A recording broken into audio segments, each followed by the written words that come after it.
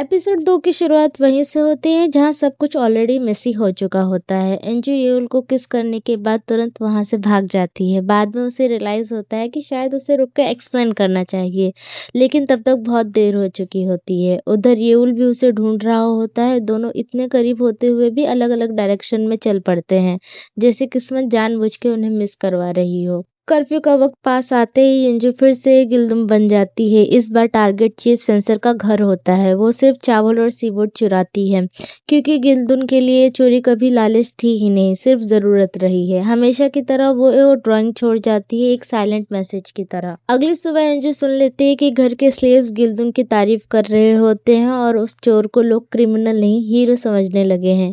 यहीं से समझ में आता है कि गिल्दुम सिर्फ एक नाम नहीं बल्कि एक उम्मीद बन चुकी है।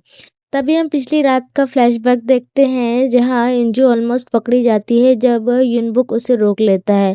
कर्फ्यू पास उसे बचा लेता है, लेकिन असली डर तब लगता है जब उसे पता चलता है कि पुलिस एक वीडियो से पूछताछ कर रही है। अब इन्वेस्टिगेशन उसके बिल्कुल करीब आ चुकी है, इसीलिए इंजू चुराया हुआ खाना वीडियो को देखकर फैसला करती है कि वो थोड़ा टाइम लो प्रोफाइल रहेगी। इमजेइल लाइब्रेरी में अपनी कॉन्क्यूबाई के साथ होता है जब वहां पर उसकी मंगेतर शिन हारिम आ जाती है। जेल दोनों औरतों को इंट्रोड्यूस करवाता है, जिससे हारिम बहुत हर्ट हो जाती है और वहां से चली जाती है। बाद में जेल अपनी कॉन्क्यूबाई को बताता है कि वो शादी सिर्फ प्यार के लिए करना चाहता है, ना कि पॉलिटिक्स के लिए। इस बीच प्रिंस येल का दिमाग एक ही चीज में अटका हुआ होता है, वो किस। उसे समझ नहीं आता कि इंजू ने ऐसा क्यों किया और फिर भाग क्यों गई। कंफ्यूजन में वो पैलेस की कोर्ट लेडीज की महफिल लगाता है और उनसे एडवाइस लेता है। सबका मानना होता है कि किस प्यार की वजह से थी और लड़की भाग इसलिए गई क्योंकि उसे वो शख्स कभी नहीं मिल सकता। घर पर इंजू भी अपनी माँ से बात करती है और उन्हें अपनी किस वाली स्टोरी सुनाती है, ये बताकर कि ये किसी बुक की स्टोरी है।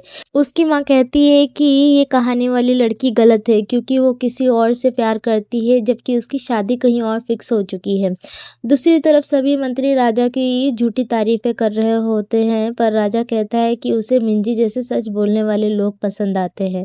तभी सेक्रेटरी एम गेमनो को इशारा करते हुए कहता है कि वो राजा को डिस्ट्रैक्ट करे। इससे हमें पता चलता है कि इंजू के डैड को मिनिस्टर ऑफ वॉर की पोस्ट से निकालने में सेक्रेटरी एम का हाथ होता है। मार्केट में हैरिम और नोएल का आमना सामना होता है। इस बार हैरिम लड़ने के बजाय नारुल के रिलेशनशिप को सपोर्ट करती है।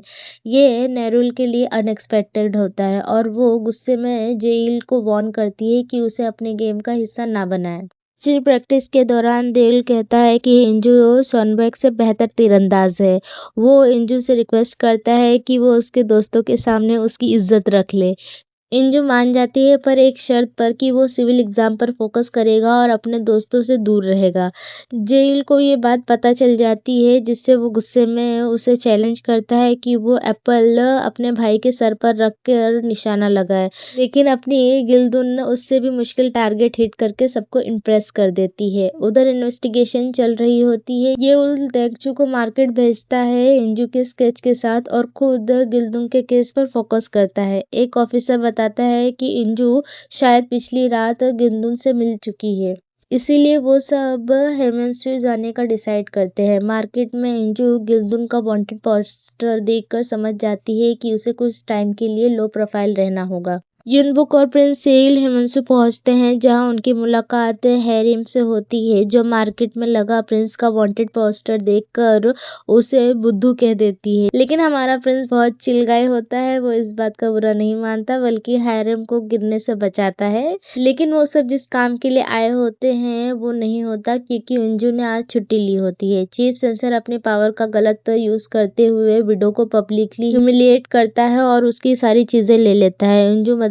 करना चाहती है, पर उसे हटा दिया जाता है। पुलिस ब्यूरो में विडो सिर्फ इतना कहती है कि गुल्दुम का कोई नाम नहीं, कोई चेहरा नहीं है। पता नहीं कैसे, बस उसे पता होता है कि किसको किस चीज की जरूरत है और वो उसके लिए वो चीज ले आता है। इसी बात से यूल समझ जाता है कि गुल्दुम फिर से चीफ सेंसर के घर आएगा। वो रात को छत पर इंतजार करता है। उधर बिना किसी आइडिया के इंजू फिर से गिल्दुम बनकर वहां पहुंच जाती है और येउल को देखकर शॉक हो जाती है। येउल अभी भी ये मानता है कि गुल्दुन एक आदमी है। अरेस्ट करने के बजाय वो वादा करता है कि जब तक गिल्दुन हद में रहेगा वो उसका पीछा नहीं करेगा। वो समझाता है कि लोगों की मदद करना गलत नहीं है, बस पॉलिटिक्स में दखल नहीं देना चाहिए। इस तरह वो गिल्दुन को अपनी तरीके से प्रोटेक्ट करना चाहता है। इंजू उसकी बातों का मतलब समझने की कोशिश करती है कि तभी दो ऑफिसर्स अलार्म बजा देते हैं। वो सोच लेती है कि शायद इंजू सिर्फ टाइम गेन करने के लिए उसे बातों में उलझा रहा था और वहां से भाग जाती है। येउल उसे बचाने की कोशिश में खुद जख्मी हो जाता है और ऑफिसर को पीछे हटने का ऑर्डर देता है। एंड में येउल घायल हालत में हेमंसु पहुंचता है ट्रीटमेंट के लिए और वहीं उसकी मुलाकात इंजू से होती है। वही लड़की जिसे उसने मार्केट में देखा था, वही जिसने उसे किस किया था, और यहीं से कहानी और भी ज्यादा इंटरेस्टिंग हो जाती है। एपिसोड 2 एक बहुत बड़ी मिसअंडरस्टैंडिंग पे खत्म होता है, जिससे चीजें आगे जाकर और भी कॉम्प्लिकेटेड होने वाली होती हैं। एटलीस्ट हमारे प्रिंस को इंजू तो मिल गई, जिसे बेचारा हमारा बॉडीगार्ड स्केच लेकर बाजार में ढूंढ रहा था। और सेक्रेटरी इम, जिसे मिनसेक अपना दोस्त समझते हैं, वो असल में आस्तीन में छुपा हुआ एक सांप होता है और राजा को भी वो इनडायरेक्टली अपने कंट्रोल में किए हुए हैं। यहीं पे खत्म होता है हमारा एपिसोड 2।